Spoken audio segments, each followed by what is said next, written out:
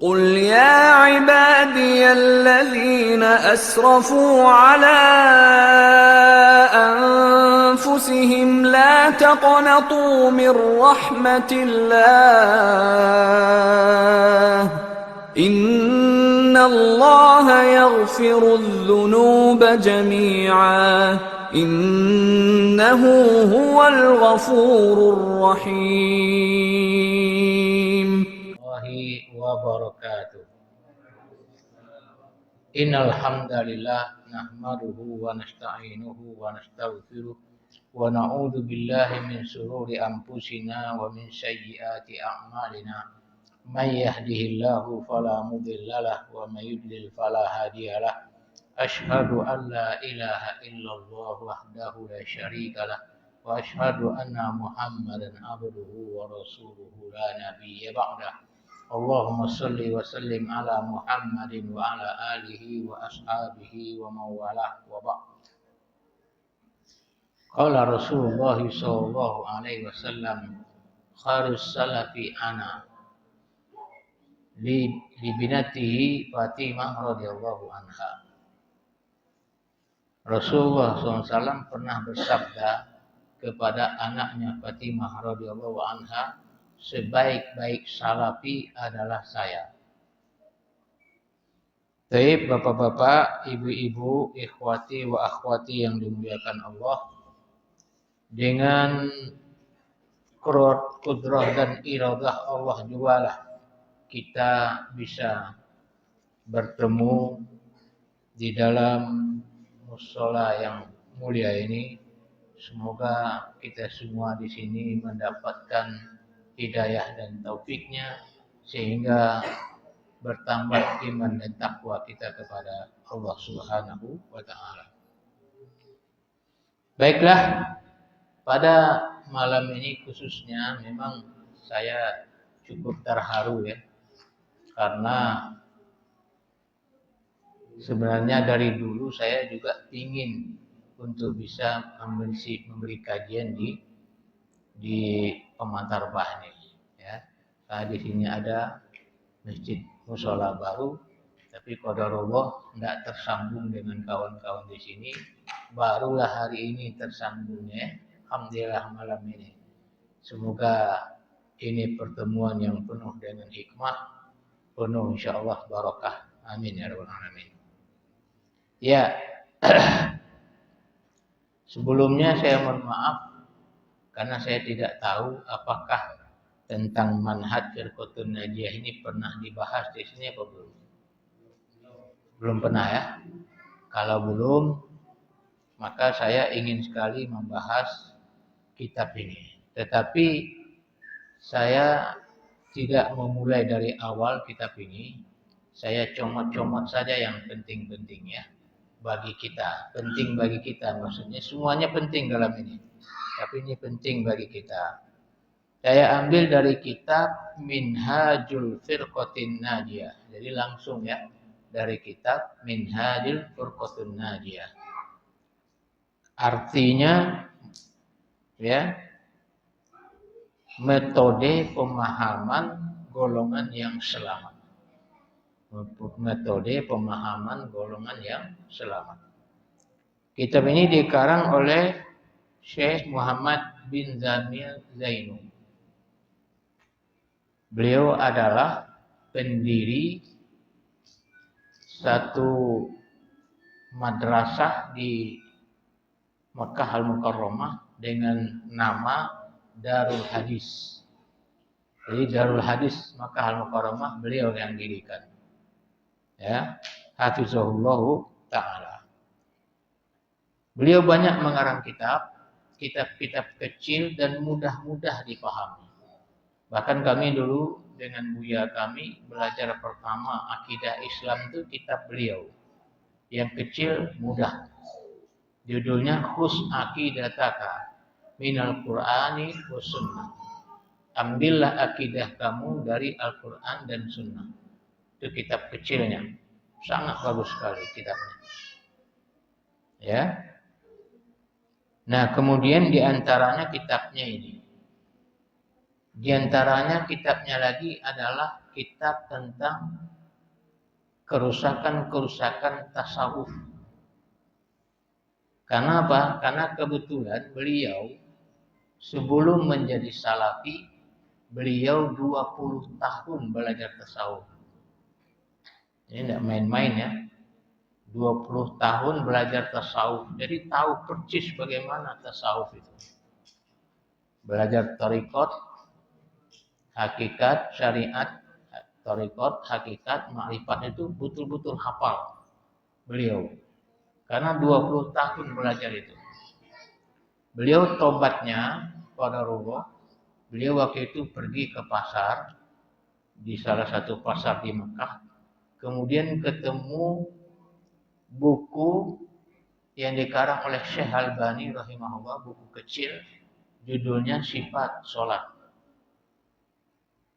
Melihat kitab Syekh Albani Sifat Sholat dengan sistematik ya dan urut, bagus sekali cara penyampaian Syekh Albani waktu itu dalam kitab itu, baik tentang Al-Quran dan hadis-hadisnya, pengamalan dalil-dalil tentang sholat dan seluruh bacaan-bacaannya, diterangkan hadis perawinya, maka dia tertarik. Akhirnya dibelinya kitab itu, dibawa pulang, dipelajari. Setelah dipelajari, dia langsung berangkat menuju Yordania ke tempat Syekh Albani dan belajar beberapa tahun dengan Syekh Albani sampai menjadi ahli hadis. Masya Allah ya. Dan dia umurnya sudah tua. Ketika dia belajar itu sudah lewat 50 tahun umurnya. Masih bisa menjadi ahli hadis. Pulang menjadi ahli hadis dan mendirikan pondok namanya Darul Hadis di Mekah Al-Mukarramah. Dan akhirnya mengarang beberapa kitab. Ini termasuk kitab yang bagus. Kita lihat di sini ya, kalau kita baca satu persatu nih, kitabnya sangat bagus. Nanti kalau kita betul-betul serius mau belajar ini, insya Allah di sini, maka antum harus beli kitabnya. Dan sudah ada terjemahan. Ya, kalau takut bahasa Arab, ada juga orang yang takut bahasa Arab ya. Umat Islam tapi takut lihat bahasa Arab ya. Mana barisnya kan gitu ya. Nah, beli terjemahannya ya. Pokoknya harus punya kitab. Nah, ya supaya kita lebih paham. Insyaallah ta'ala. Baik. Jadi sekarang kita langsung ke temanya Minhajul Firqatin Najiyah. Minhaj itu ada dua bahasa, ada minhajun, ada manhajun. Cuma kalau manhaj hanya pendek, manhajun. Kalau minhaj hanya panjang, minhajun. Jangan terbalik. Jadi kalau ada orang bilang manhajun, nah itu salah. Yang benar minhajun atau manhajun. Hanya pendek. Nah itu baru betul. Baik. Satu-satunya ayat dalam Al-Quran yang menyebutkan kata minhaj ada dalam surat apa? Ada yang tahu? Surat Al-Maidah ayat 48. Allah berfirman, A'udzubillahi minasyaitonir rajim, likullin ja'alnahu syir'atan wa minhaja. Untuk tiap-tiapnya kami jadikan syariah itu syariat, wa minhaja dan minhaj. Ya. Jadi satu-satunya dalam Al-Quran. Surat Al-Maidah ayat 48. Ada kata-kata minhaj. Situ Allah SWT setelah menerangkan tentang para nabi-nabi dan rasul-rasul. Kemudian Allah sebutkan untuk tiap-tiapnya kami jadikan syariat dan manhaj. Atau minhaj. Jadi artinya kalau menurut Ibnu Abbas radhiyallahu an, artinya di situ Syir'atau itu adalah syariat, minhaj itu adalah jalan, sabil, atau jalan yang lain disebutkan sunnah. Karena hakikatnya sunnah itu juga jalan. Kalau bahasa kitanya lebih mudah, yaitu pemahaman. Itu lebih mudah. Pemahamannya, pemahaman mana? Betul kita ikut Al-Quran dan Sunnah semua, insya Allah kaum muslimin. Tapi pemahaman siapa yang kita ikuti? Nah ini dia. Ya. Kemudian Al-Firqatul Najiyah itu diambil dari sabda Rasulullah SAW tentang akan terbaginya umat Islam menjadi 73 golongan. 72 masuk neraka, cuma satu yang masuk surga. Yang satu yang masuk surga ini disebut dengan An-Najiyah, yaitu yang selamat. Makanya disebut Al-Firqatun Najiyah, maksudnya golongan yang selamat.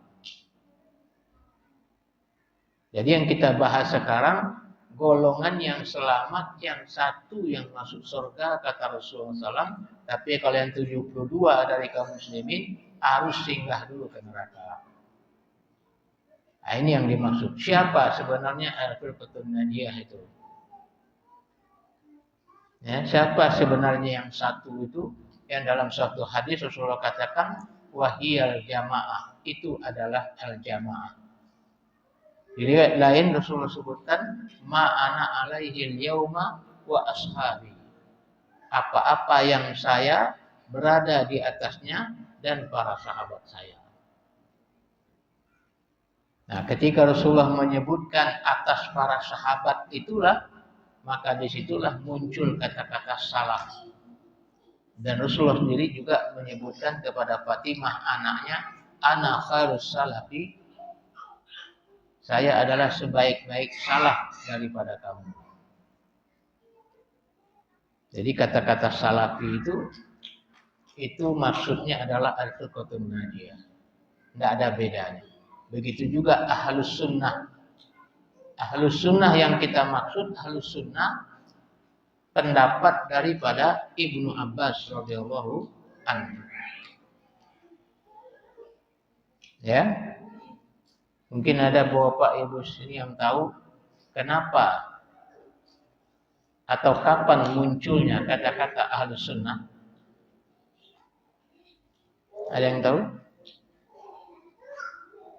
Bapak-bapak Ahlus Sunnah apa bukan? Atau Ahlul Bid'ah? Tidak mau Ahlul Bid'ah, Ahlus Sunnah ya. Nah itu kapan itu muncul kata-kata Ahlul Bid'ah, Ahlus Sunnah, Ahlul Bid'ah itu? Dan kenapa munculnya?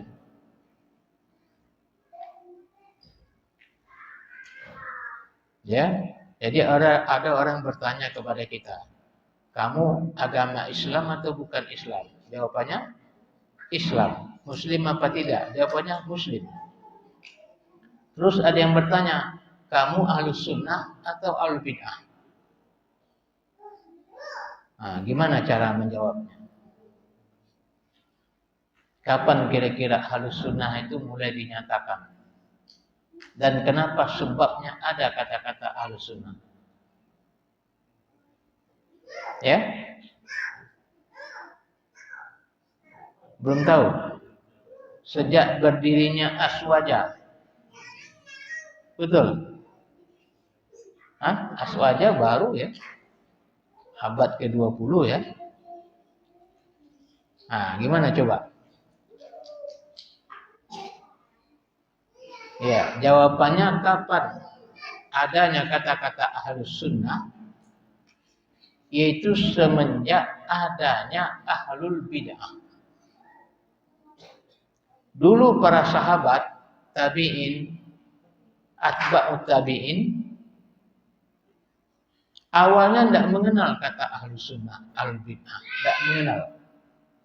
Apalagi di zaman sahabat. Tidak mengenal mana Ahlus Sunnah, mana Bid'ah. Kenapa? Karena semuanya Ahlus Sunnah. Tidak ada yang membedakan. Ketika mulai muncul firqah Khawarij, kelompok Khawarij yang menyimpang dari Islam, maka disebut oleh para sahabat firqah Khawarij itu adalah ahlul bid'ah. Ketika mereka disebut ahlul bid'ah, maka muncullah kata ahlus sunnah. Kapan dimulai? Yaitu sejak Ibnu Abbas radhiyallahu anhu menafsirkan ayat Quran, karena yang ahli dalam berdialog dengan orang Khawarij adalah Ibnu Abbas radhiyallahu anhu. Ya, ada riwayat Ibnu Abbas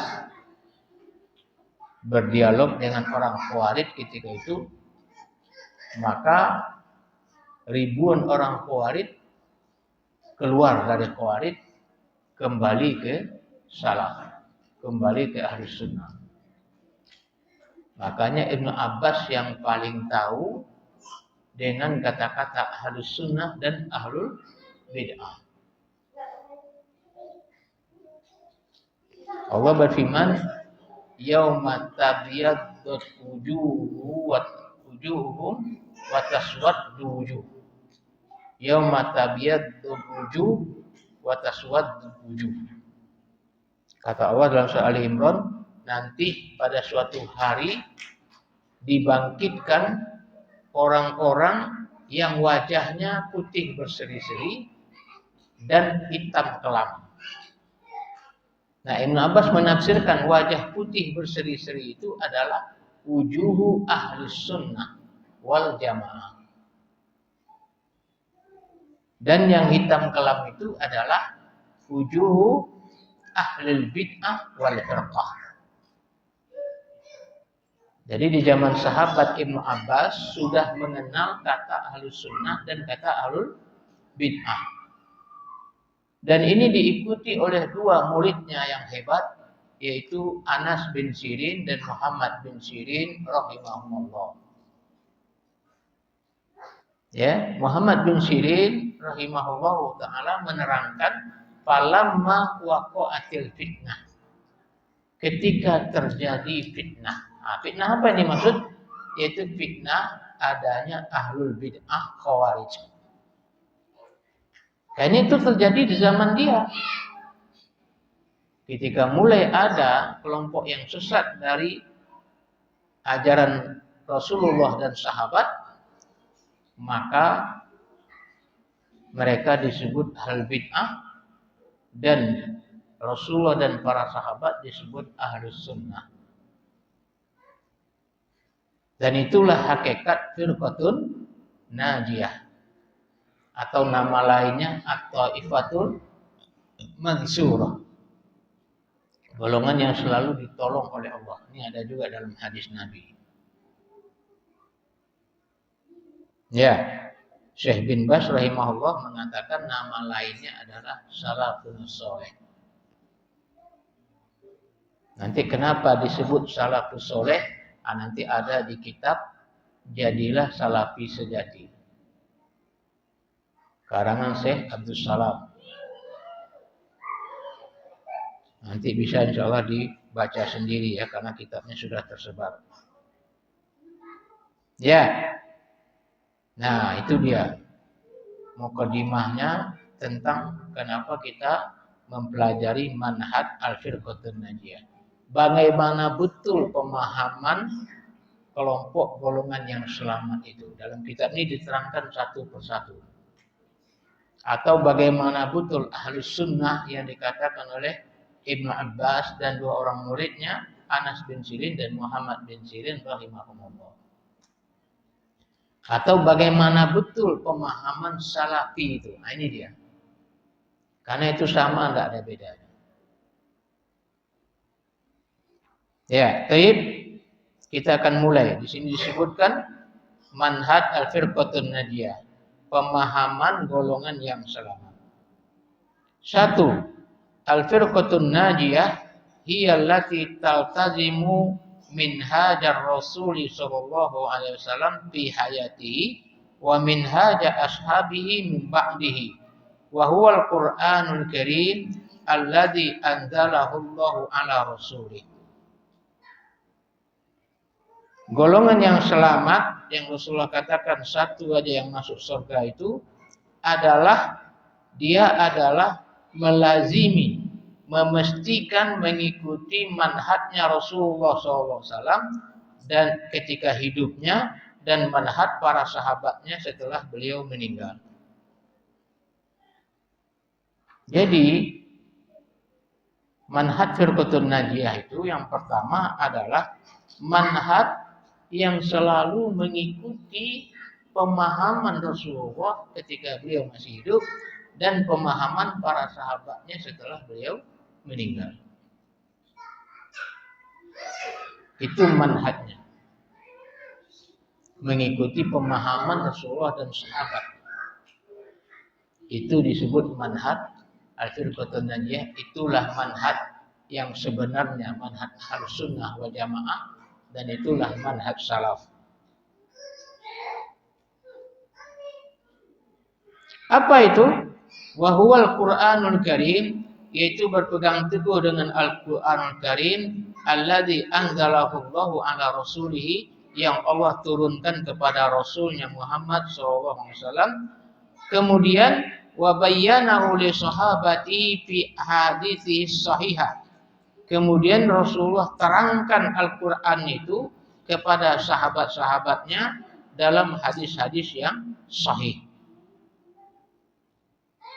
Kemudian wa amaral muslimina bitamassuki bihima faqala. Lalu Rasulullah memerintahkan kaum muslimin untuk berpegang teguh dengan keduanya. Faqala, maka Rasulullah SAW bersabda, taraktu fikum syai'aini lan tadillu ba'dahuma. Aku tinggalkan kepada kamu dua perkara, kamu tidak akan sesat selama-lamanya setelah berpegang teguh dengan keduanya. Karena ada hadis lain yang mengatakan wa in tamassaktum bihima. Jika kalian berpegang teguh dengan keduanya, maka tidak akan sesat selamanya. Apa itu?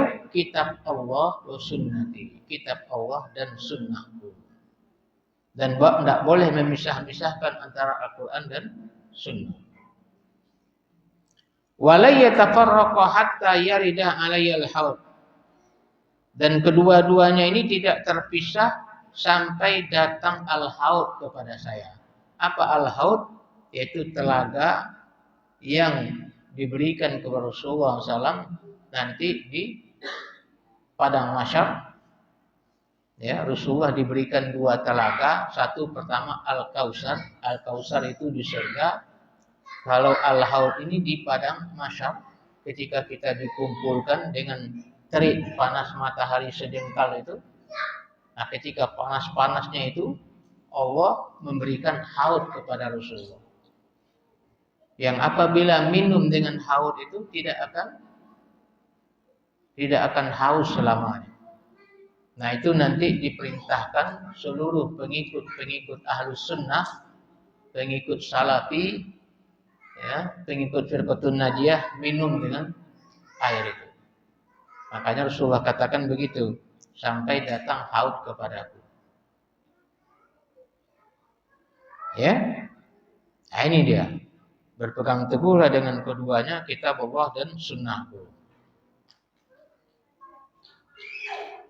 Hadis ini diriwayatkan oleh beberapa orang ulama dan disahihkan oleh Syekh Al-Albani rahimahullah dalam kitab Jami'. Nah, itu yang pertama. Maaf, saya ingin sekalian kita munaqashah. Maksudnya membicarakannya satu persatu biar pemahaman kita betul-betul sesuai. Saya mau tanya, nomor satu ini bermasalah apa tidak bagi kaum muslimin? Baru nomor satu nih, manhaj Firqatun Najiyah, bermasalah apa tidak? Hah? Diterima apa tidak yang pertama nih? Gimana kita lanjut ke yang kedua kalau yang pertama nggak diterima? Sepakat nggak ini kembali kepada Al-Quran dan Sunnah? Sepakat. Terus kaum muslimin yang lain gimana kira-kira? Sepakat nggak ini? Umumnya sepakat. Walaupun ada sebahagian yang menolak sunnah Nabi SAW. orang ingkar sunnah. Ya, tapi umumnya ini sepakat.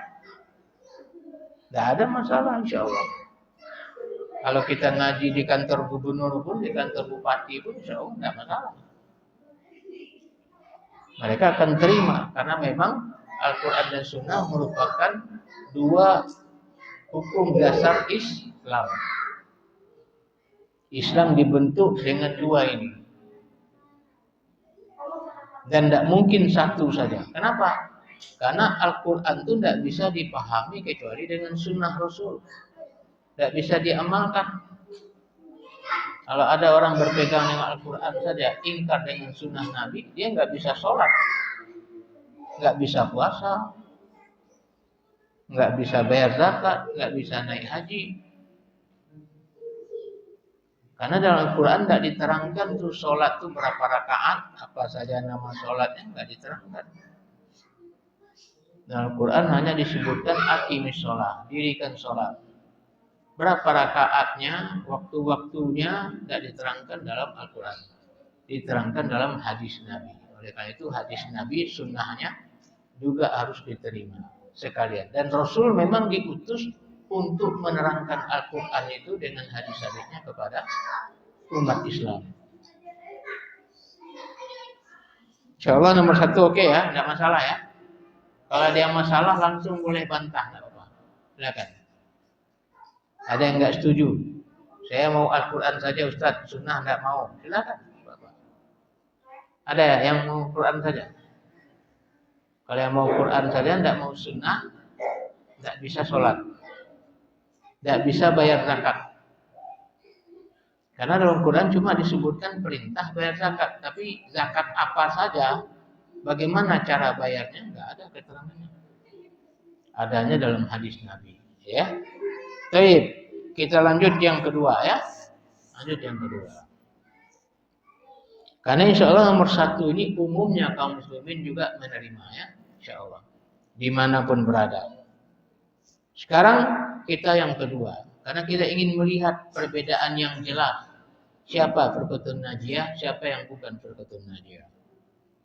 Yang kedua, al-firqatun najiyatu ta'udu ila kalamillahi wa rasulihi ina tanazzu' wa ikhtilaf amalan biqauli ta'ala a'udzu billahi minasyaitonir rajim fa in tanaza'tum fi syai'in farudduhu ila Allahi war rasul in kuntum tu'minuna billahi wal yawmil akhir dzalika khairun wa ahsanu ta'wila. Wa qala ta'ala fala wa rabbika la yu'minun hatta yuhaqqimuka fima shajara bainahum thumma la yajidu fi anfusihim harajan mimma qadaita wa yusallimu taslima. Yang kedua, golongan selamat itu selalu kembali ke kalamillah, maksudnya Al-Quran, dan kalam Rasulihi SAW dan sunnah Nabi hina tanazu' wa ikhtilaf, ketika terjadi pertengkaran dan perselisihan. Sesuai dengan firman Allah SWT dalam Al-Quran, surat An-Nisa, ayat berapa ini? An-Nisa, kalau tidak salah saya, surat An-Nisa ayat 48 juga ya. Iya. Ayat 59, oh ya, ayat 59, maaf.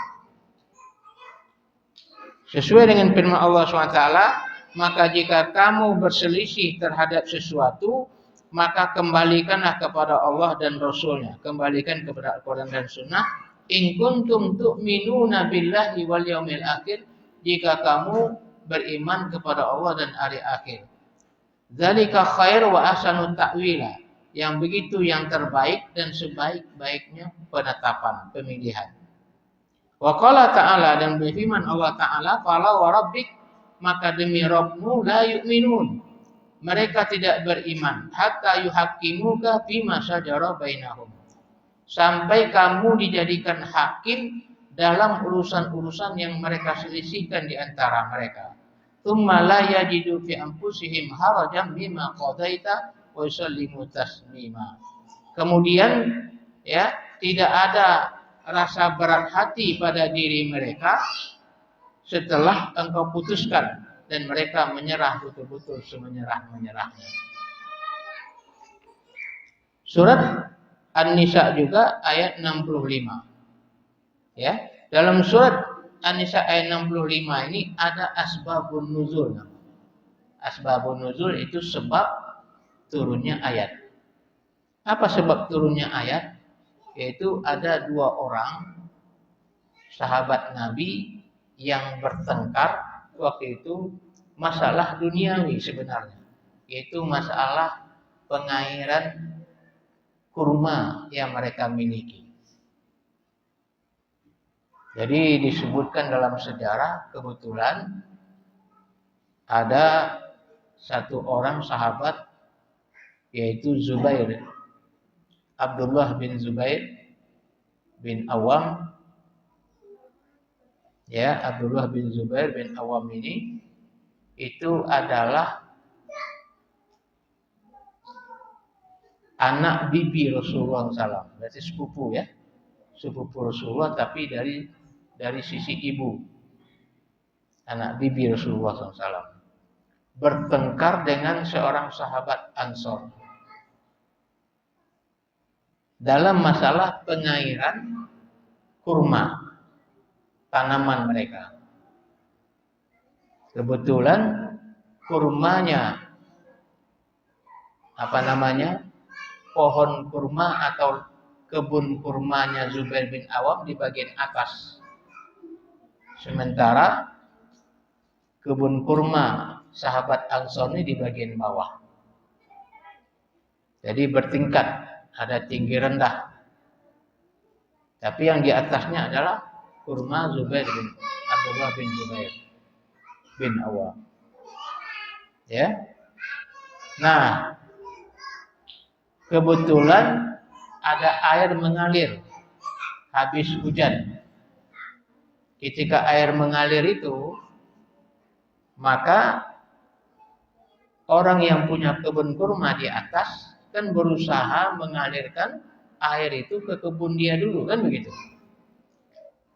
Ya, mungkin bapak-bapak, ibu-ibu yang pernah tinggal di Sumatera Barat yang punya sawah bertingkat, kan air datang dari atas.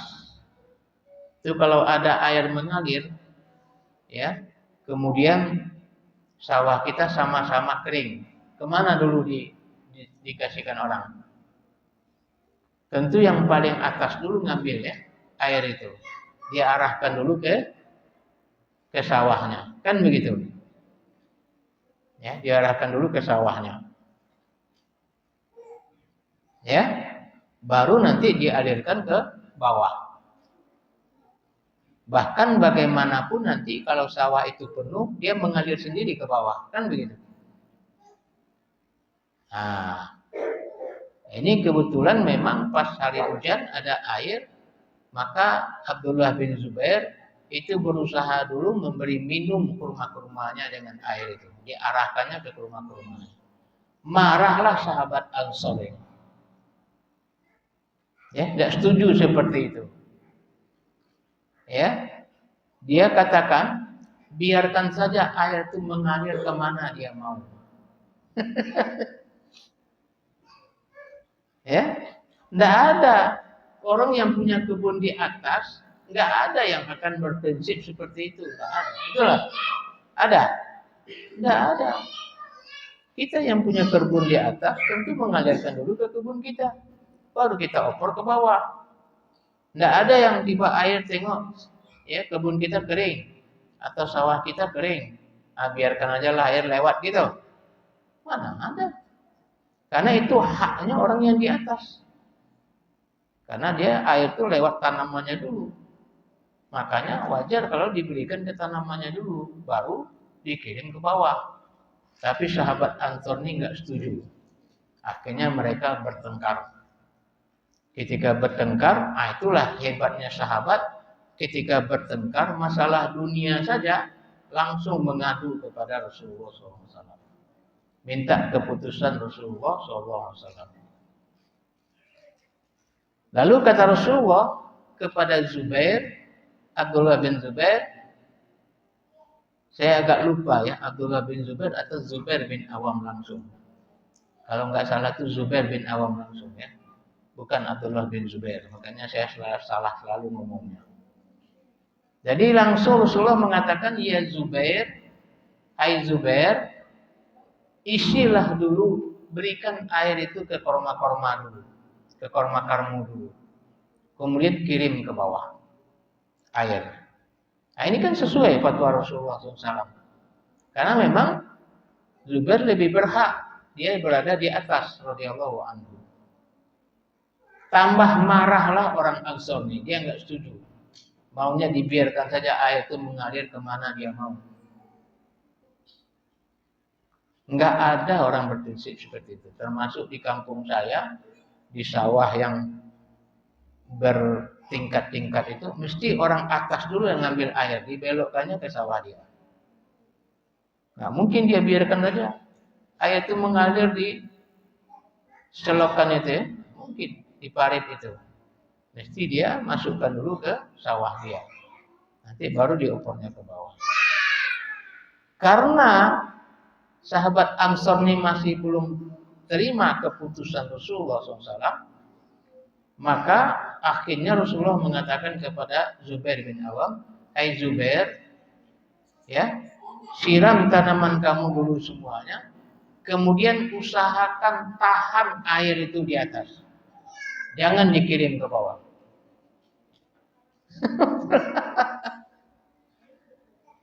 Nah, kira-kira gimana sahabat Ansor? Tambah marah. Bukan marahnya ke Zubair lagi, tapi marahnya ke Rasulullah SAW. Sampai disebutnya, wa ingkana ibnu ammati. Apakah karena Zubair bin Awam itu adalah anak bibimu? Berarti dia menuduh Rasulullah KKN. Na'udzubillah. Nah, Zubair bin Awam radhiyallahu anhu mengatakan, saya tidak menyangka kalau ayat ini turun untuk itu. Jadi karena perbuatan sahabat Ansor yang menyimpang ini, maka turunlah ayat ini. Ya, nah, nggak main-main ya, karena waktu itu masih zaman turunnya ayat. Maka Allah mengatakan, ya. Maka Allah mengatakan, fala wa rabbik la yu'minun hatta yuhaqqimuka fima syajara bainahum. Mereka tidak akan beriman sampai menjadikan kamu sebagai hukum dalam memutuskan perkara yang mereka selisihkan. Ya, summa la yajidu fi anfusihim harajan mimma qadaita. Kemudian setelah diputuskan oleh kamu, tidak boleh ada rasa berat hati untuk tidak menerima. Sekarang berapa banyak orang kaum muslimin berselisih, lalu dihadapkan kepada Al-Quran dan Sunnah, tapi dia masih belum terima, berat dalam hatinya. Nah, ini masuk ke dalam ayat ini. Bisa-bisa nggak beriman orang seperti ini. Na'udzubillah. Nah, ini dia teguran Allah kepada sahabat ini. Cuma saya nggak dapat riwayatnya apakah sahabat ini memang jadi orang yang sesat atau tobat setelah itu. Wallahu a'lam bishawab. Mudah-mudahan aja riwayatnya tobat setelah itu ya. Nah, ini dia asbabun nuzul ayat ini. Sampai demikiannya kewajiban kita kembali kepada Allah dan Rasul ketika terjadi khilaf, berbeda pendapat. Makanya kita lihat ulama-ulama Ahlus Sunnah, ulama salaf, semuanya selalu kembali kepada Al-Quran dan Sunnah ketika terjadi perbedaan pendapat.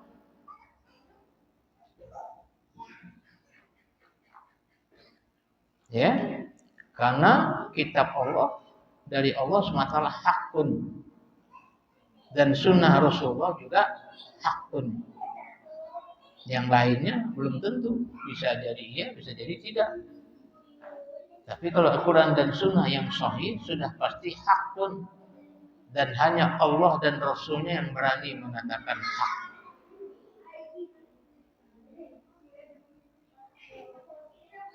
Ya, kalau Allah sudah jelas hak, bahkan salah satu nama Allah adalah Al-Haq.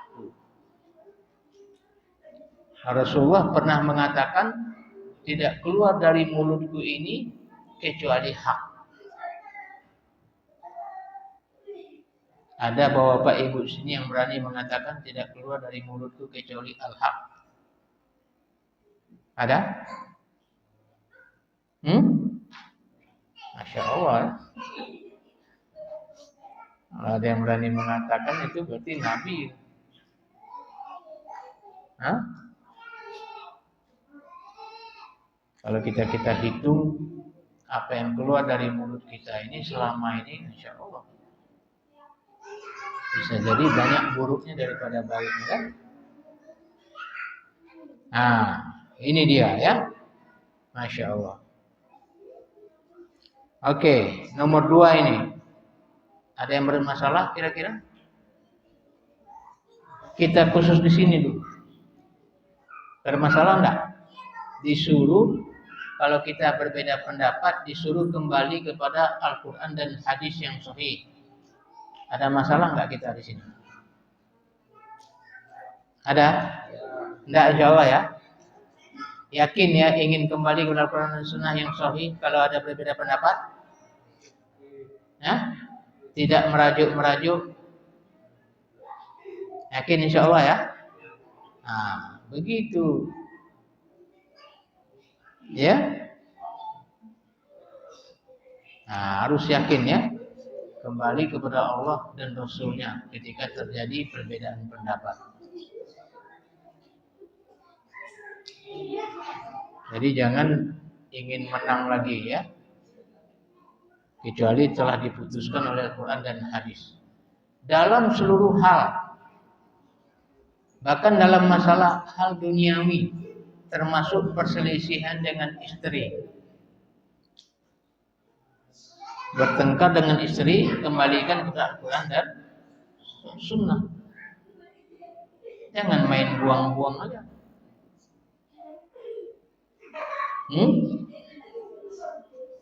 Nah, begitu.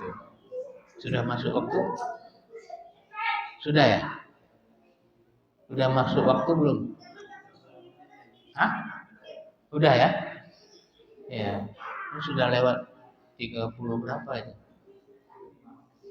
Ya, tayyib. Karena udah masuk waktu, kita cancel dulu ya. Azan ya. Ya. Azan, habis azan kita lanjutkan kembali ya. Sepakat? Nanti sholat kita mundur ya. Baik, kita tutup dulu. Subhanakallahumma bihamdik, asyhadu an la ilaha illa anta, astaghfiruka wa atubu ilaik. Wassalamualaikum warahmatullahi wabarakatuh.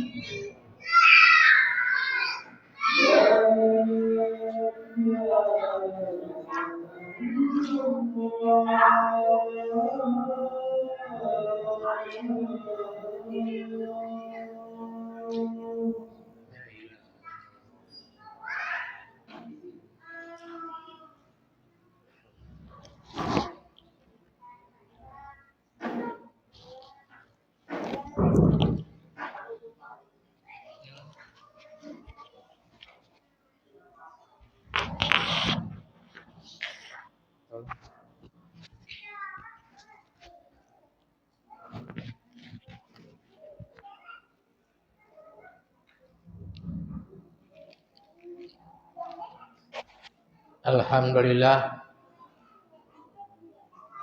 hamdan katsiran thayyiban mubarakan fih kama yuhibbu rabbuna wa yarda.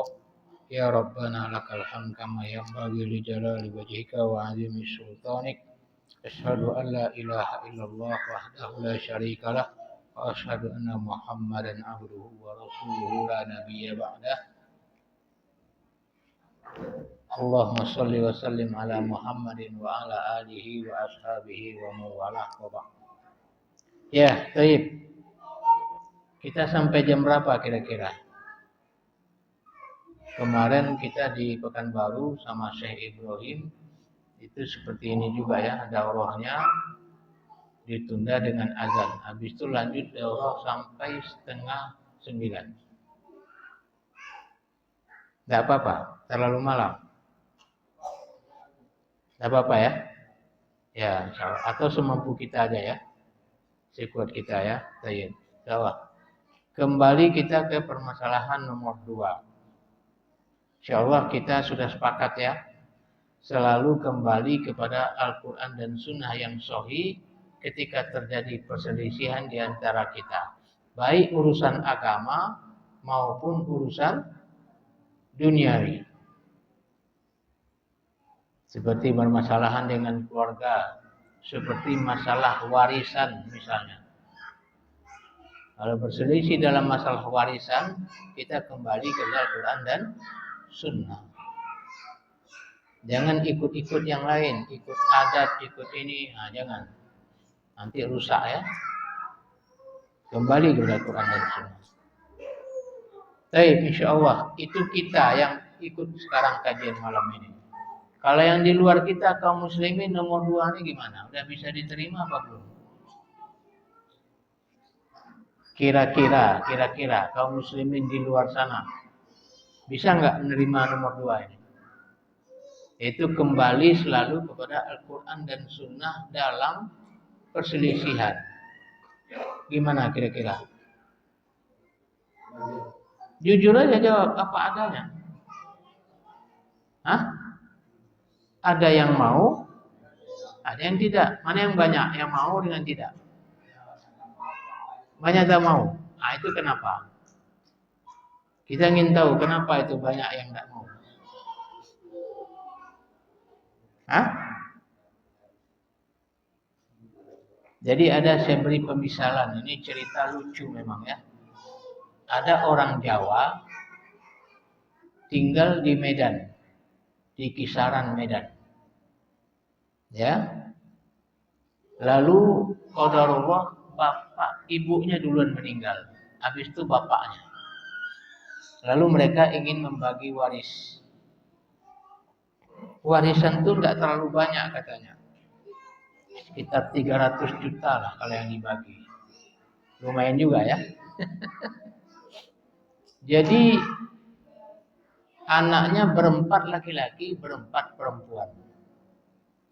Tapi yang laki-laki 1 di Pekanbaru, 3 di Medan. Yang perempuan 3 di Pekanbaru, 1 di Medan, di kisaran. Jadi semua 8. Nah, lalu ketika mereka mau membagi yayasan, mereka berselisih, membagi warisan, mereka berselisih. Kata abangnya yang paling tua laki-laki, dia mengatakan kalau menurut adat Jawa, itu laki-laki yang banyak. Dan terutama yang paling besar. Maksudnya dia. Lalu dia mengungkit-ungkit selama ini dia sering membantu orang tua. Nah, kan begitu ya. Yang abangnya paling tua. Terus yang perempuan mengatakan, yang tinggal di Pekanbaru, dia mengatakan, enggak, kita bagi ini mengikuti adat orang Padang. Kenapa? Karena di Pekanbaru banyak orang Padang, jadi kami ngikutin adat orang Padang, yaitu yang banyak perempuan, laki-laki sedikit, atau laki-laki tidak dapat. Akhirnya mereka bertengkar habis. Ya, ketika mereka bertengkar, mereka bertanya kepada saya, sebagiannya bertanya ke saya bilang, datang aja ke pengadilan agama. Nah, mereka ketika disebut datang ke pengadilan agama, mereka bingung. Karena nanti tentu dibagi menurut Islam. Ya, ketika dibagi menurut Islam, maka laki-laki tetap lebih banyak dari perempuan karena 1:2. Nah, itu ceritanya. Akhirnya saya nggak tahu. Yang jelas mereka nggak mau mendatangi pengadilan agama. Nah, ini dia ya. Nah, ini menunjukkan memang mereka belum siap untuk kembali kepada Al-Quran dan Sunnah. Kaum muslimin ya. Kaum muslimin. Itu sangat aneh ya dan lucu. Mestinya kaum muslimin ini siap kembali kepada Al-Quran dan Sunnah. Baik dalam sholat, dalam agama, puasa, zakat, naik haji. Ya, seperti misalnya Allah berfirman, wal yatawafu bil baitil atiq. Hendaklah kalian tawaf di Baitul Atiq. Apa itu Baitul Atiq? Yaitu Ka'bah. Sekarang orang Syiah di Iran mendirikan Ka'bah juga. Nah, ini gimana caranya? Harus sepakat kaum muslimin kembali kepada Al-Quran. Yaitu haji hanya ke Mekah. Tidak boleh haji ke tempat lain. Bahkan orang Indonesia ada yang naik haji cuma ke Gunung Kerinci. Gunung Kerinci Jambi. Nah ini gimana ceritanya? Kan gitu. Na'udzubillah. Jadi kalau ada perselisihan, kembali kepada Al-Quran dan Sunnah yang sahih. Baik itu juga perselisihan kita dengan Panji Gumilang. Harus kembali kemana? Ke Al-Quran dan hadis yang sahih. Dalam hadis disebutkan soft laki-laki yang terbaik di mana? Di depan. Soft laki-laki yang buruk di belakang. Soft perempuan yang terbaik di belakang. Yang terburuk, nah, dia pilih yang terburuk ya. Ini kacau Panji Gumilang, itulah kacau ya. Untung mazhabnya Soekarno ya. Jadi nggak masalah kali sama kita ya. Alhamdulillah. Masya Allah. Na'udzubillah. Mazhabnya Soekarno malahan memuji-muji komunis ya. Na'udzubillah. Salamnya salam Yahudi ya. Sempurna ya. Sempurna kesesatannya. Ya, na'udzubillah. Jadi memang di luar sana masih banyak kaum muslimin yang tidak paham manhaj ini. Itu kembali kepada Al-Quran dan Sunnah dalam perselisihan. Apapun perselisihannya. Baik perselisihan akidah maupun perselisihan fikih. Saya tertarik dengan perkataan salah seorang ustadz di Malaysia. Namanya Ustadz Husin Yi. Beliau ini rahimahullah ini ya, hafizahullah taala, tamatan Universitas Islam Madinah, dan beliau aslinya Tionghoa. Suku Tionghoa, Cina. Namanya Husin Yi ya. Yi itu marga. Tapi alhamdulillah masuk Islam dan sekolah di Madinah Al-Munawwarah, pulang ke Malaysia. Lalu membawa ajaran sunnah di sana. Apa dia bilang dalam salah satu ceramahnya? Dia bilang begini, kalau seandainya katanya ada dalam Al-Quran atau hadis Allah dan Rasulnya mengatakan Allah itu berada di mana-mana, saya yang beriman duluan. Ternyata nggak ada disebutkan di dalam Al-Quran dan hadis Allah itu ada di mana-mana. Kan itu. Jadi mudah saja katanya, tidak susah. Karena tidak ada ya kita pun tidak boleh bilang gitu, tidak boleh berkeyakinan seperti itu. Yang ada disebutkan Allah alal arsy istawa, kan gitu. Nah itulah dia katanya. Tidak usah dicari-cari jalan lain. Adapun jalan lain itu mesti pendapat, karena tidak ada lagi Al-Quran hadisnya. Nah, begitu mudahnya sebenarnya Islam ya, tidak susah ya. Ketika kita cari-cari yang lain baru susah, pusing. Yang bilang gini, gimana? Ini perselisih namanya. Nah, begitu juga dalam masalah sholat, masalah puasa, masalah zakat, masalah haji dan sebagainya. Ya, seperti misalnya tentang zakat profesi. Di sini ada. Zakat profesi ada nggak di sini? Ada nggak pegawai di sini dipotong gajinya untuk zakat? Nggak tahu. Ada ya? Nah, itu namanya zakat profesi. Ahmad Usnan mengatakan zakat profesi itu zakat model baru, zakat bid'ah, nggak pernah ada dalam Islam. Dulu zaman Rasulullah dan sahabat sudah ada gaji-gaji pegawai itu, tapi nggak ada yang dizakatkan satupun. Karena dalam Islam zakat harta itu ada 3 saja. Zakat naqdain, emas dan perak, zakat zuru', zakat pertanian, zakatul hayawan, zakat hewan. Tidak ada yang lain. Sekarang dibuat zakat model baru, namanya zakat profesi, diwajibkan bayarnya. Bahkan yang lucunya apa? Yang jauh dari nisab. Seperti ada karyawan gajinya 900.000 dan itu terjadi di Inhu ini, saya dengar. Di Inhu ini ada pegawai negeri yang gajinya 900.000, dipotong juga zakatnya 2,5%. Nah, ini bagaimana? Na'udzubillah. Zolim itu, bahaya. Gak ada dalam Islam. Oleh karena itu dalam Islam harus kita kembali kepada Al-Quran dan hadis. Kalau tidak ada, ya tidak ada. Jangan diikuti. Nah, begitu ya. Begitu juga masalah yang lain. Jangan sekali-sekali mengikuti yang tidak jelas dalilnya dari Al-Quran dan hadis yang sahih.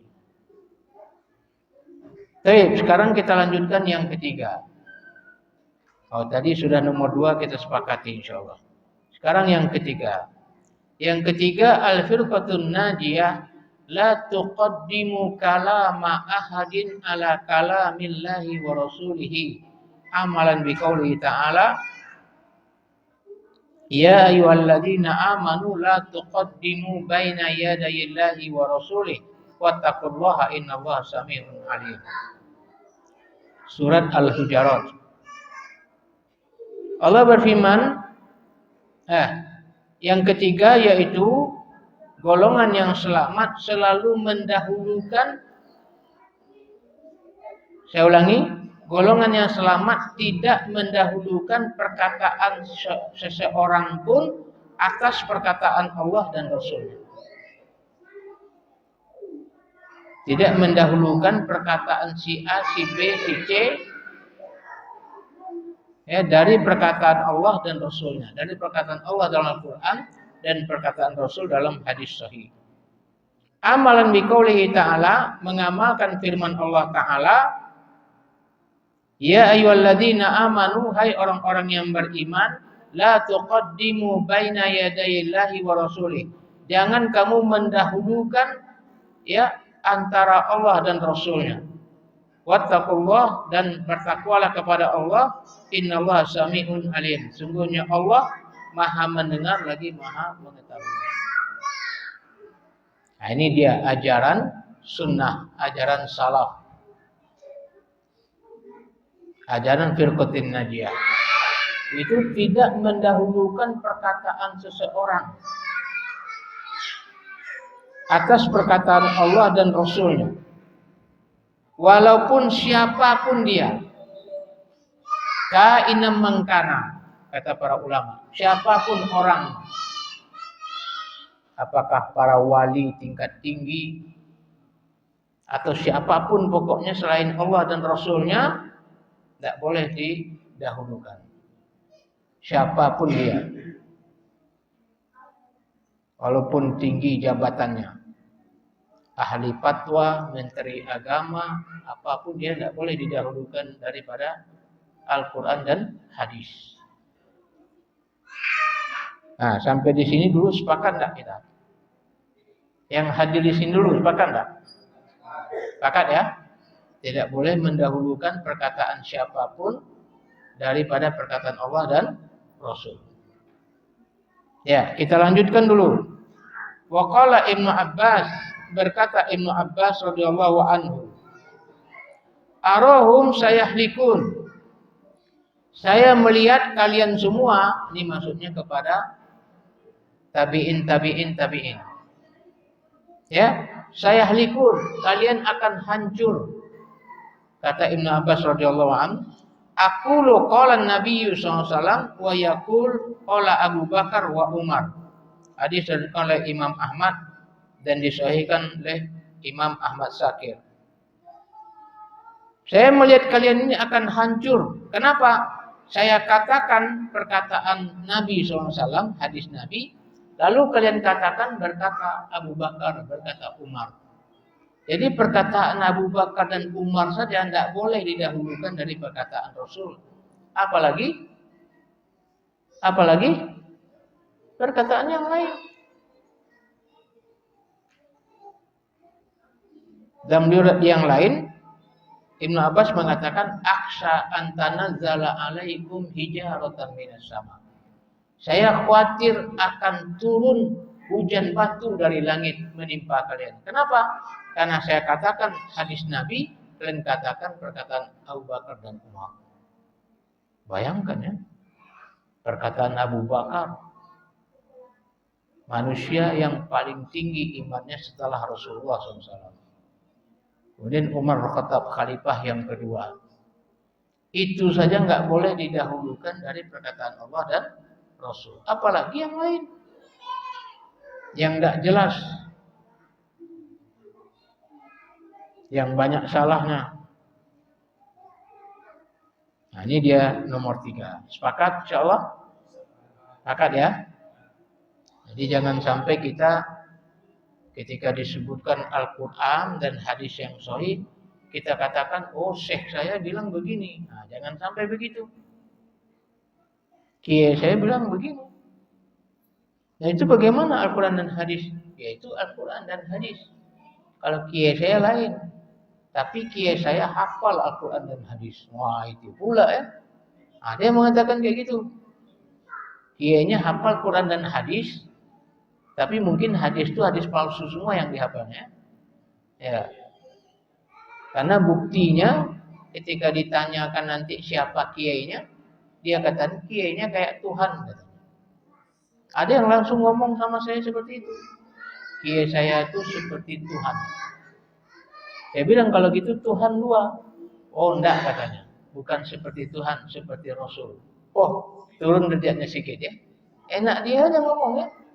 Insya Allah. Karena dia wali tingkat tinggi. Dia bisa mengobati orang dari jauh. Nah kan begitu ceritanya. Keluarlah seluruh keramat-keramatnya. Na'udzubillah. Untuk membenarkan apa yang dikatakannya. Nah ini dia. Nah dalam masalah yang ketiga saja sudah mulai tambah banyak masalah ya kaum muslimin yang di luar sana. Kenapa? Karena mereka tidak mau mendahulukan perkataan Allah dan Rasul. Mereka tetap lebih mendahulukan perkataan kiai mereka, syekh mereka. Nenek moyang lagi. Oh, na'udzubillah ya.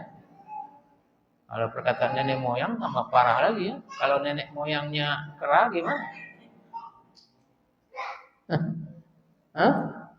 Na'udzubillah. Ya, lebih bahaya ya.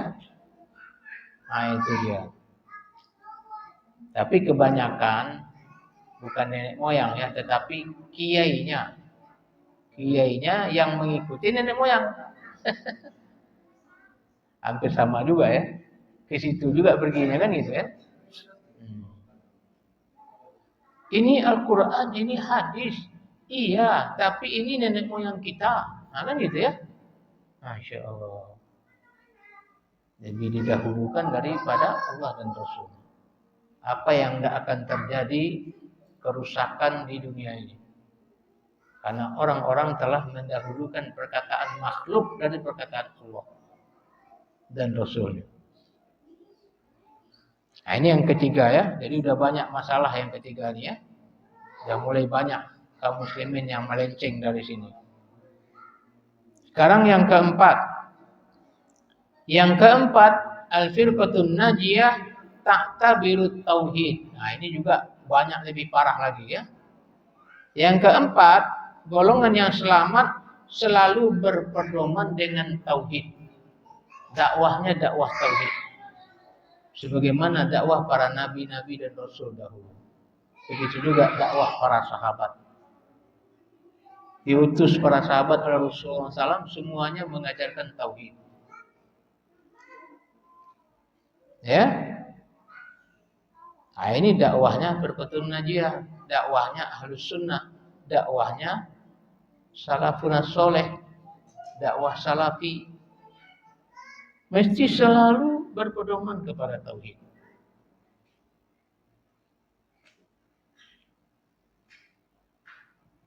Wa huwa ifradullah bil ibadah, yaitu mengesahkan Allah dalam ibadah.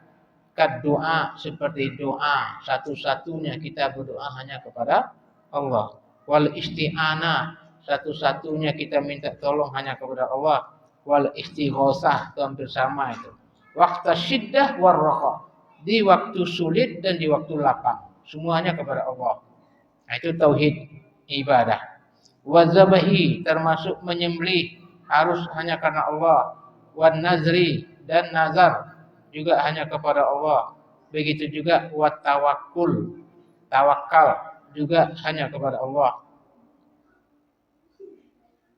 Ya. Kemudian termasuk wal hukmu bima anzalallah, berhukum dengan apa yang Allah turunkan. Wa ghairu dzalika, dan selain itu min anwa'il ibadah, dari berbagai macam ibadah. Huwal asasul ladzi yubna alaihi daulatul islamiyah, yang mana tauhid ini merupakan pokok dasar pondasi yang dibangun di atasnya daulah al-islamiyah as-sahihah, yaitu khilafah al-islamiyah yang sahih. Jadi ternyata daulah al-islamiyah ini ada yang sahih, ada yang tidak sahih. Jadi enggak sembarangan ya. Karena ada yang mereka buat daulah Islam tapi bikinan sendiri, bukan mengikuti Al-Quran dan hadis, tidak. Oleh karena itu mereka tidak menjadikan tauhid menjadi dasar hukumnya.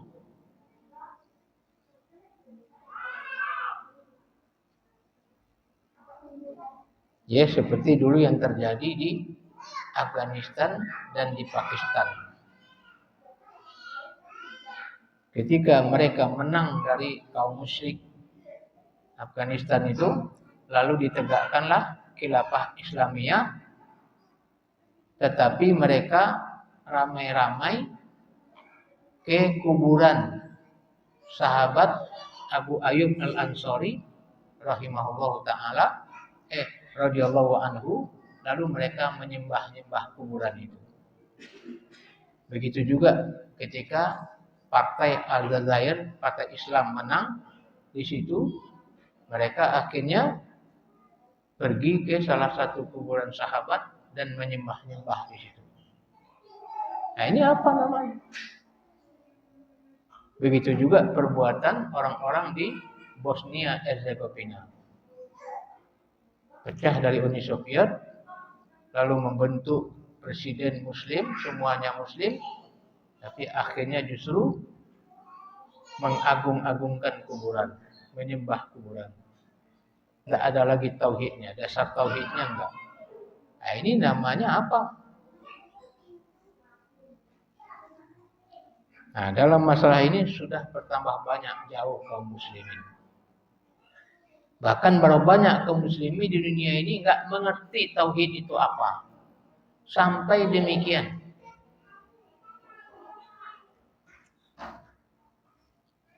Allah itu satu, esa. Esa apanya? Esa sebagai pencipta? Atau esa satu-satunya yang disembah? Atau esa dalam asma wa sifatnya? Atau semuanya? Atau tidak semuanya? Kebanyakan kaum muslimin sekarang hanya tahunya mengesahkan Allah dalam rububiyah, dalam Allah sebagai pencipta. Jadi kalau ditanya orang-orang yang melakukan syirik, yang mendatangi kuburan-kuburan, minta-minta di situ, ya kalau ditanya, siapakah yang menciptakan kamu? Jawabannya apa? Allah. Dan itu Allah sebutkan dalam Al-Quran Karim. Katakan kepada orang musyrik itu, siapa yang menghidupkan, mematikan? Siapa yang mengurus segala urusan? Mereka jawab Allah. Lalu kenapa mereka berpaling dari menyembahku, kata Allah Subhanahu wa ta'ala. Nah, ini dia, karena tidak berpedomankan tauhid. Kita lihat manhaj-manhaj, golongan-golongan yang menyimpang dari Al-Quran dan Sunnah, hampir tidak ada yang betul-betul dakwahnya itu selalu berpedomankan tauhid. Kira-kira kenapa Bapak Ibu sekalian? Kira-kira apa sebabnya?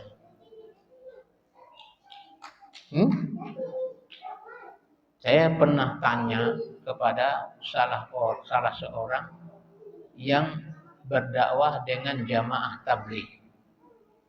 Saya tanya, kenapa kita nggak boleh mendakwahkan tauhid dan menyuruh kaum muslimin untuk anti dengan syirik? Apa jawabannya kira-kira? Jawabannya ketika itu, kalau kita dakwahkan itu Ustadz, katanya, maka nanti kita berpecah belah. Kenapa? Karena kaum muslimin masih banyak berbuat syirik. Nah, dia tahu pula ya. Dia tahu juga. Nah, masih banyak berbuat syirik. Jadi kalau kita dakwahkan itu dulu, kita berpecah belah. Jadi, ajak aja sholat dulu ke masjid, ajak makan pakai piring satu talam. Udah sama-sama, udah tenang, baru kita sampaikan. Kata dia. Tapi kenyataannya juga enggak ya. Hah? Enggak sampai-sampai ya? Na'udzubillah. Karena memang dasar dakwahnya bukan itu. Begitu juga ketika disebutkan supaya diterangkan sunnah, dilarang bid'ah. Nah, itu juga tidak bisa juga katanya, karena memecah belah. Saya bilang itu kayaknya bukan memecah belah, cuma membagi dua saja. Saya bilang satu tauhid, satu syirik, kan bagi dua. Satu ikut sunnah, satu ikut bid'ah. Kan itu mudah saja dibagi dua saja. Saya bilang nggak pecah-pecah. Saya bilang ya kalau begitu nanti kita tidak bersatu katanya. Saya bilang, jadi kamu mau bersatu PSS atau bersatu PBB? Saya bilang. Apa PSS? Persatuan syirik-syirik, atau PBB? Persatuan bid'ah-bid'ah. Mau? Dia bilang. Nah itu dia ya, na'udzubillah. Aneh. Jadi tidak kembali kepada Al-Quran dan Sunnah itu betul. Karena kalau kembali kepada Al-Quran dan Sunnah, lihat dakwah para nabi dan dakwah para sahabat. Semuanya mengajak tauhid dulu. Fa'alimhum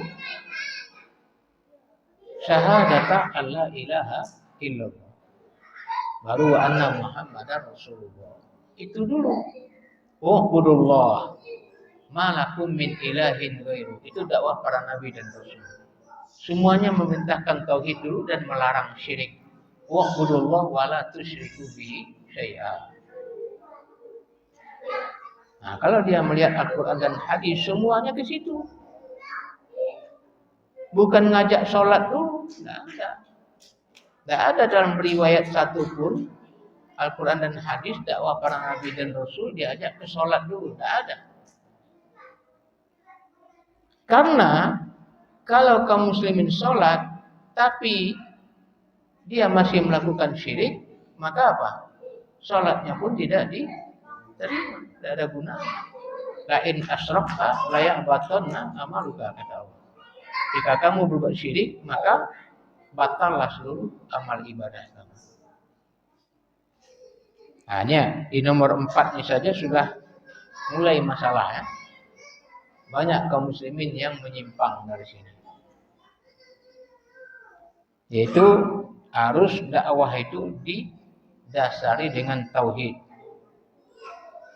Dan selalu berpedoman kepada tauhid. Nah, itu yang keempat. Yang kelima, al-firqatun najiyah yahyauna sunanar rasuli sallallahu alaihi wasallam fi ibadatihim wa sulukihim wa hayatihim. Fa asbahu ghuraba baina qaumihim.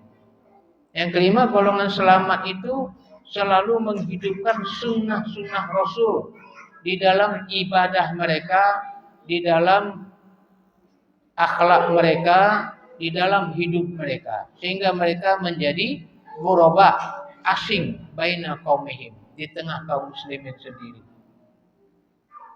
Kaum muslimin asing di tengah kaum muslimin sendiri. Kenapa? Karena mereka berusaha mengamalkan Al-Quran dan Sunnah yang sahih dengan semurni-murninya. Akhirnya menjadi asing.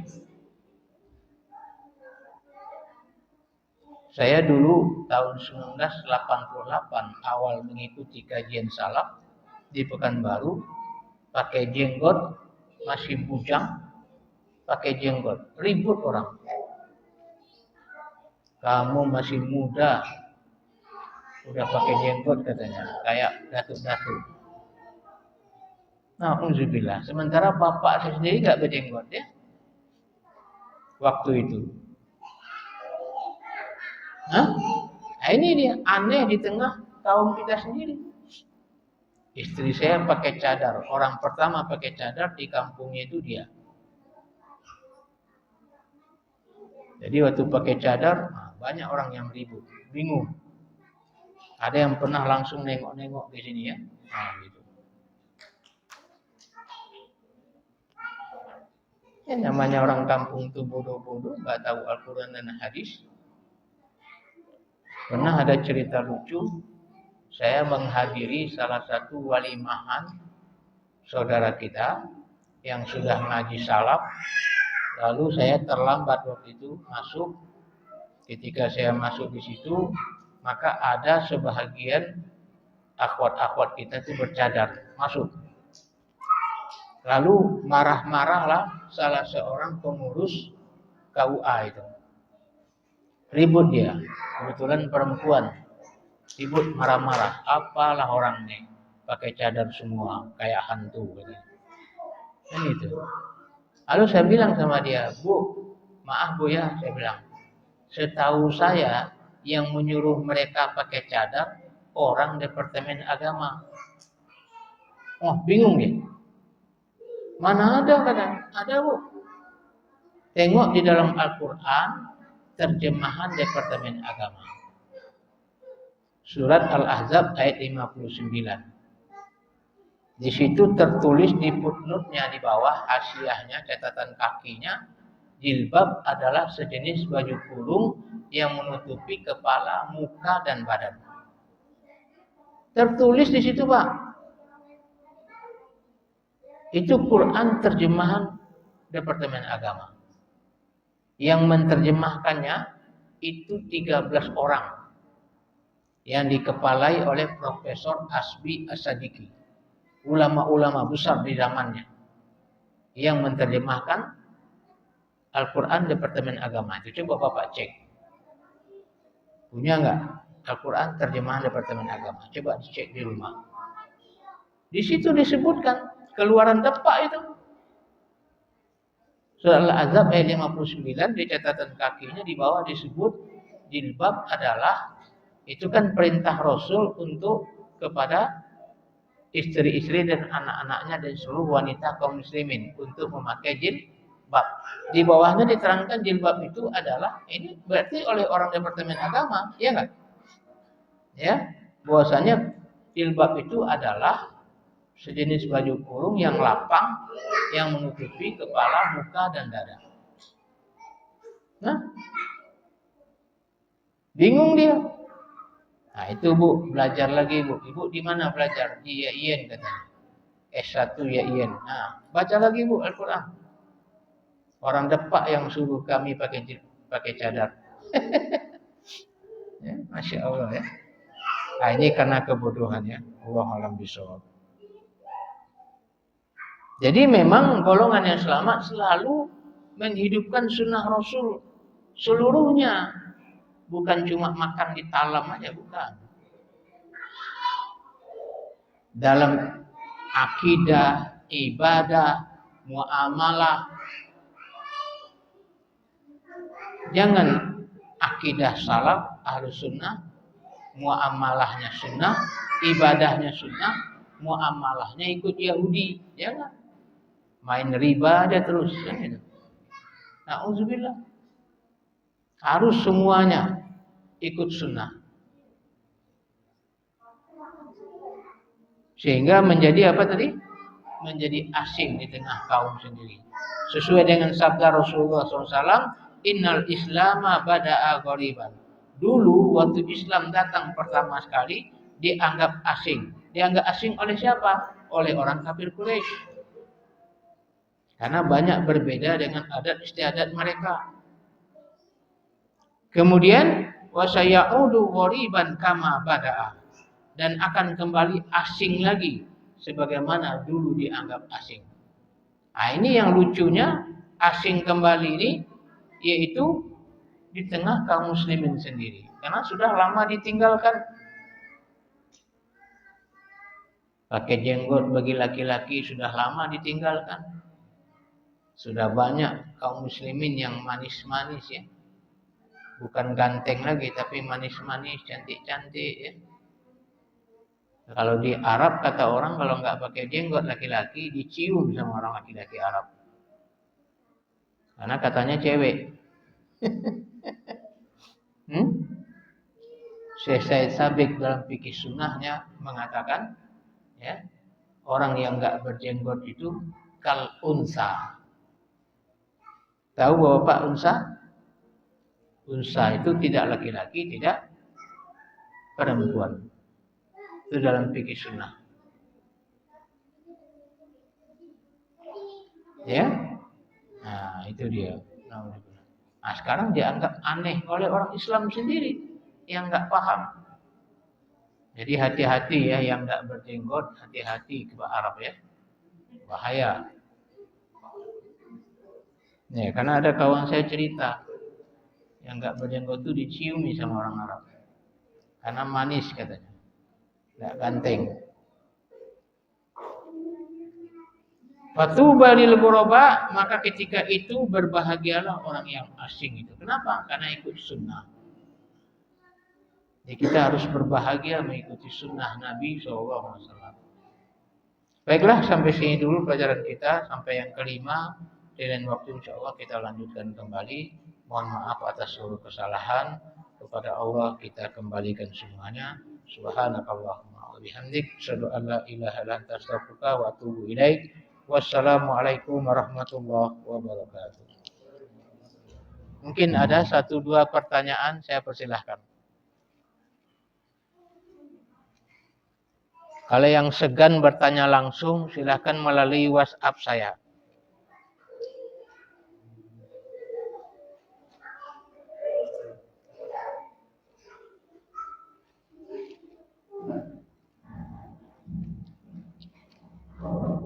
Ya, mohon maaf, Bapak Ibu sekalian.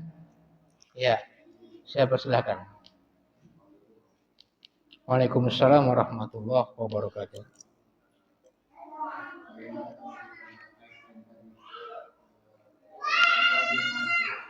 Bagaimana? Oh ya? Ya. Bisa nggak dituntut, Pak? Bisa nggak dituntut lagi? Dipotong zakat kan? Nah itu dia masalah. Bisa nggak dipotong lagi? Dituntut lagi bisa nggak?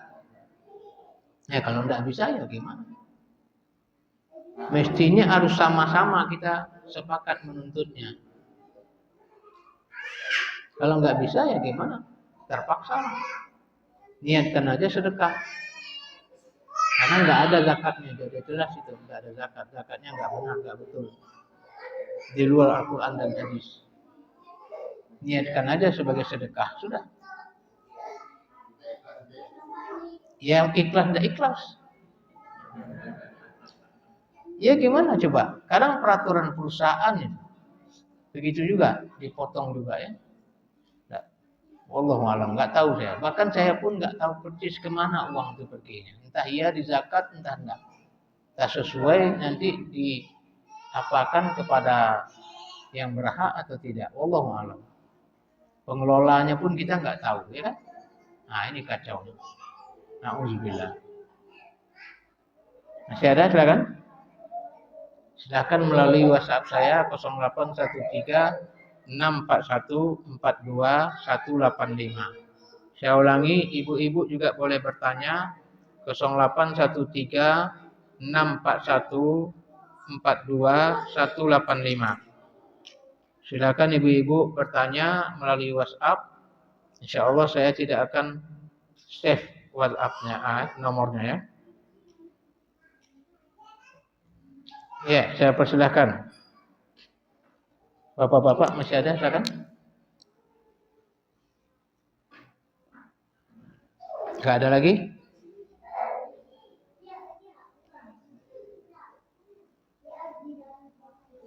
Ya, kalau tidak ada lagi kita cukupkan sekian. Mohon maaf sekali lagi atas seluruh kesalahan, kekeliruan. Kepada Allah saya mohon ampunannya. Subhanakallahumma wa bihamdik asyhadu an la ilaha illa anta astaghfiruka wa atubu ilaik.